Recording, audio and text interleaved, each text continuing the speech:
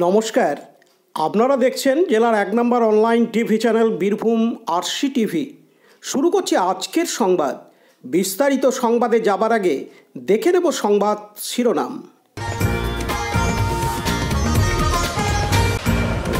ছদিন পরে নিখোঁজ কিশোর ফিরল সিউড়িতে।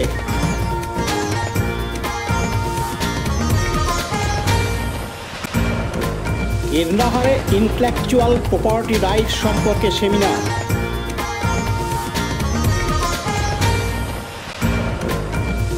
রাজনগরের ফুলবাগানের দেওয়ান সাহেবের উরস ও মেলা।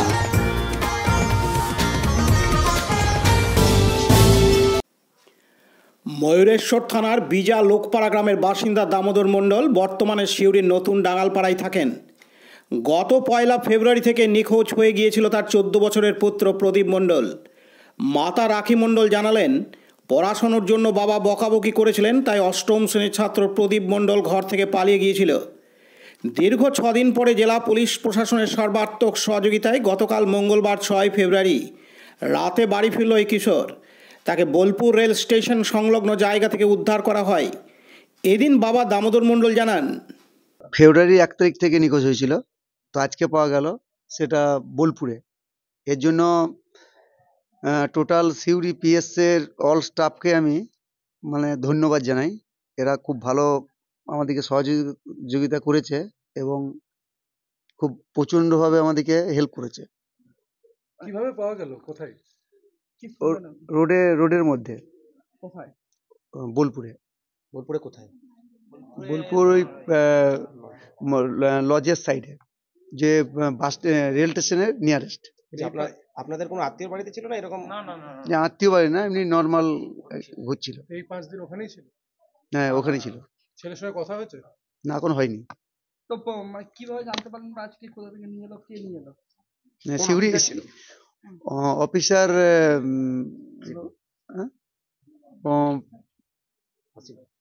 আসিফ স্যার ছিলেন।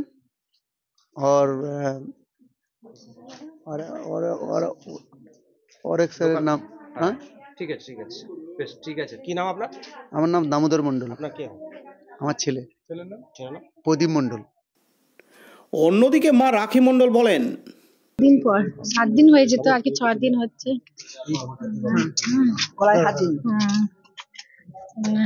কোথা থেকে পাওয়া গেল? বোলপুর থেকে। ছেলের সঙ্গে কথা হলো কি? হ্যাঁ, কথাই তো কাছেই আছে ছেলে। কি বলছে? কি হয়েছিল? এমনি কিছুই হয়নি, এখন সেরকম পড়াশোনার জন্য বাবা একটু বলেছে, এইটাই। ছেলেকে এতদিন পর ফিরে পাওয়া গেল, কাদের মাধ্যমে বা কি বলবেন তাদেরকে? মাধ্যম বলে সবাই, আপনারাও চেষ্টা করেছেন, প্রশাসন চেষ্টা করেছে, যত আছে আমার ভাইরা সব অনেক ডিপার্টমেন্টে সব উঁচু আছে, তারাও চেষ্টা করেছে। সবারই চেষ্টায় আমরা ফিরে পেয়েছি। প্রশাসন প্রচুর ভাবে চেষ্টা করেছে। পুলিশ তো হ্যাঁ, থ্যাংক ইউ, ওদেরকে অসংখ্য ধন্যবাদ। পতিত পাবন বৈরাগ্যের report, Birbhum RC TV Suri. এখন বিজ্ঞাপন বিরতি, ফিরে আসছি বিরতির পর। সব থেকে ভালো চিকিৎসা, সবচেয়ে কম খরচে, সবচেয়ে কম খরচে। সব থেকে ভালো চিকিৎসা, সবচেয়ে কম খরচে, সবচেয়ে কম খরচে। বিশ্বমানের স্বাস্থ্য পরিষেবা মিলবে দিনে রাতে, বিশ্বমানের স্বাস্থ্য পরিষেবা মিলবে দিনে রাতে।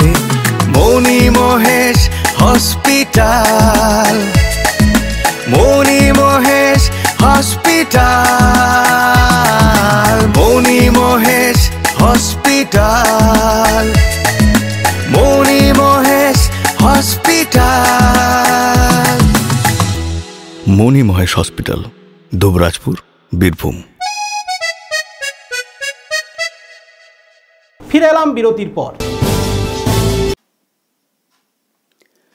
জীবনের জন্য জীবিকার প্রয়োজন, বীরভূমের নানুর ব্লকের কীর্ণাহারে ইন্টেলেকচুয়াল প্রপার্টি রাইটস সম্পর্কে একটি সেমিনারের আয়োজন করা হয়।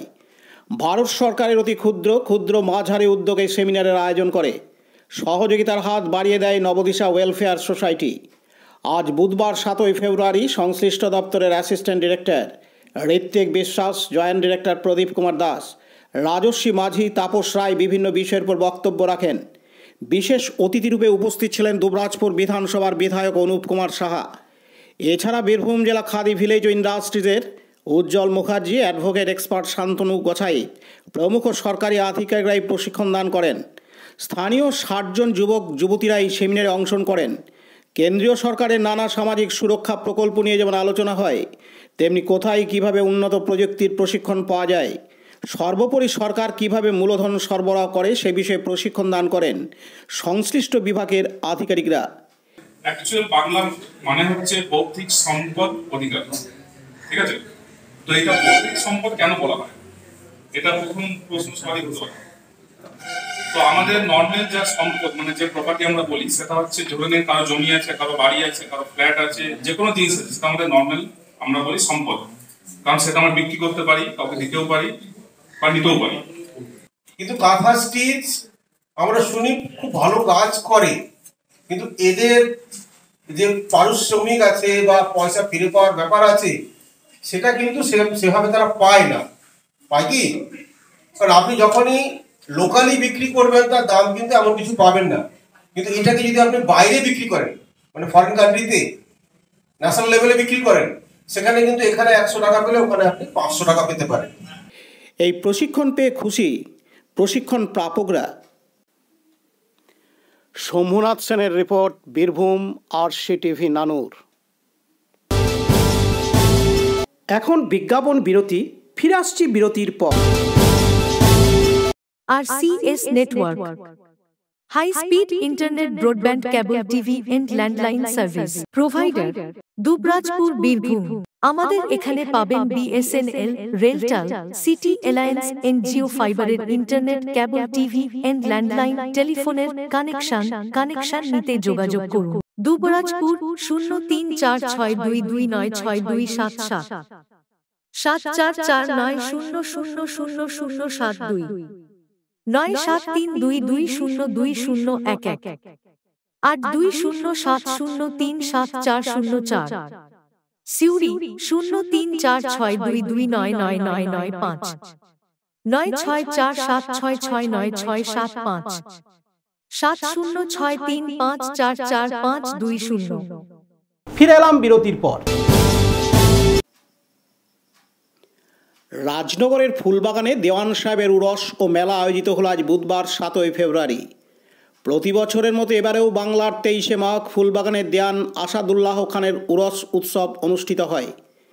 এই উপলক্ষে দেওয়ান সাহেবের মাজারে চাদর চড়ানো, সিন্নি দেওয়া সহ ধর্মীয় বিভিন্ন অনুষ্ঠানের আয়োজন করা হয়।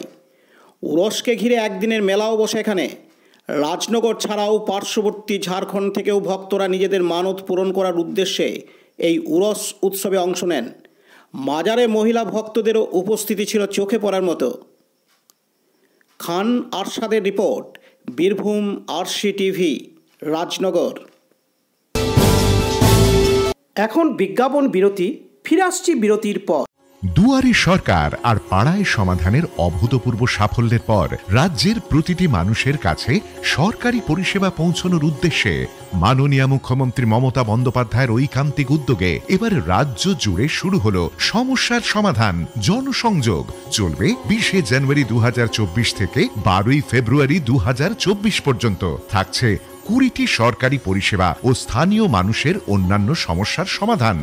শিবিরে সকল পরিষেবার ফর্ম বিনামূল্যে পাওয়া যাবে। পরিষেবার জন্য নিজেরা ক্যাম্পে আসুন। আপনার সমস্যার সমাধানের জন্য আপনার নিকটতম বাংলা সহায়তা কেন্দ্রে সত্বর যোগাযোগ করুন। বিশদে জানতে ফোন করুন 03322140152 অথবা 180034501117 নম্বরে। ফিরে এলাম বিরতির পর। আজকের সংবাদ এই পর্যন্ত। পরবর্তী সংবাদের জন্য চোখ রাখুন বীরভূম RCTVর পর্দায়। নমস্কার।